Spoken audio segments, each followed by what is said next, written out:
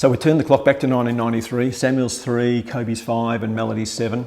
And at that age, the girls would always say Samuel was the funniest kid that they'd ever come across. Samuel was hilarious. The things that he would do in the house, the things that he would say just kept us laughing the whole time. He was just so much fun to have in the household. And at the same time, Florina and I decided it was time to take the kids to the pictures, or the cinema as we now say. But the trouble was, what do you take kids 3, 5 and 7 to? Even if they're rated G, sometimes the films really, in our opinion, weren't that suitable. So we start looking through the papers and we come up with the old 1942 Disney classic called Bambi, and I thought, that's got to be okay. I've never seen it, but 1942 Disney, it's got to be fine.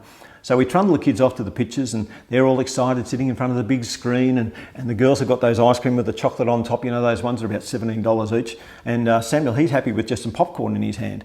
And so we're eating away and we're waiting for the pictures, and it starts and away it goes. Beautiful, beautiful. Little Bambi's born. It's so, so cute in the forest and all that sort of stuff. And then a little while later in the picture, there's some snow outside, and then there's some little bits of grass appearing, and Bambi's mother says, "Look, Bambi, grass." And so Bambi goes out and they start eating the grass together. And then Bambi's mother puts her head up and starts looking around. And I looked at Florina and going, what's about to happen here? And Florina's looking at me. And then it becomes very obvious that there's a hunter. And the next thing, Bambi's mother's saying, "Run, Bambi, run!" Faster, faster, Bambi! And so Bambi's running like crazy, and Bambi's mother's running after her, and they're jumping over bits of ice and through all sorts of obstacles and things. And then the inevitable happens. Yep. Bambi's mother's just carked it. She's been shot by a hunter. And the whole theatre goes quiet.